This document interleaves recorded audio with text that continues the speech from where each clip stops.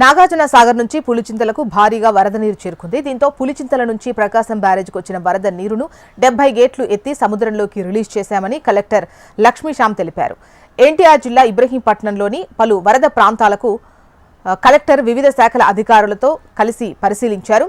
నదీ పరివాహక ప్రాంతాల ప్రజలను అప్రమత్తం చేశామని, వరద నీరు అధికంగా వచ్చే అవకాశం ఉండటంతో ప్రజలను సురక్షిత ప్రాంతాలకు తరలించేందుకు ప్రత్యేక టీంలతో పాటు బోట్లను ఏర్పాటు చేశామని చెప్పారు.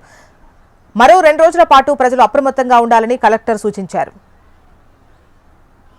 లక్షల క్యూసెక్స్ వాటర్ పులిచింతల నుంచి రావడం జరిగింది. దీంట్లో భాగంగా ఈ లోలేయింగ్ ఏరియాస్ అలాగే రైపేరియన్ విలేజెస్ అయితే ఉన్నాయి, రివర్ పక్కన ఉన్న విలేజెస్ అన్నిటికీ అలర్ట్ పెట్టి ఉన్నాము. అన్ని చోట అధికారులు అప్రమత్తంగా ఉన్నారు.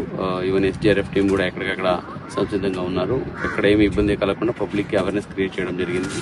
ముఖ్యంగా ఈ ఇబ్రాహీంపట్నం ఫెర్రీ పాయింట్ అలాగే పొత్తి సంగమము, చిన్నలంక, పెద్దలంక, సో ఈ ఏరియాలో లో లేయింగ్ ఏరియాస్ ఎక్కువ ఉన్నాయి, గ్రామాలు కూడా ఉన్నాయి. కాబట్టి అక్కడ జాగ్రత్తలు వహిస్తూ అక్కడ ఏదైనా కనెక్షన్ పోయింటే రోడ్డుకి అక్కడ కావాల్సిన బోట్లు ఏర్పాటు ఇవన్నీ చేయడం జరిగింది. అలాగే ప్రకాశం బ్యారేజ్ దగ్గర దాని కింద కూడాను అన్ని దగ్గర మాన్సూన్ రెస్పాన్స్ టీమ్స్ పెట్టి ఎక్కడికక్కడ పబ్లిక్ అవేర్నెస్ క్రియేట్ చేస్తున్నాము. ఇప్పటివరకు అయితే ఏమి ఇబ్బంది ఎక్కడ లేదు. వచ్చే వాటర్ క్లీన్ గా సాఫ్ గా అది కిందకి వెళ్ళిపోతా ఉంది. అన్ని గేట్లు 70 గేట్లు ఓపెన్ చేయడం జరిగింది.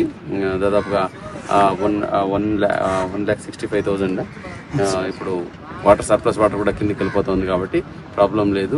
మానిటరింగ్ ప్రతి సో ఈ రోజు ఈవినింగ్ కల్లా మాక్సిమం 3 lakhs క్యూసెక్స్ కూడా వాటర్ వచ్చే అంచనా ఉంది. దానికి తగ్గట్టుగా మనం తయారీ కూడా ఉంది. కాబట్టి ప్రజలు భయపడాల్సిన అవసరం లేదు, కానీ అప్రమత్తంగా ఉండండి. ఎక్కడైతే ఫెర్రీలు, ఘాట్లు అలాగే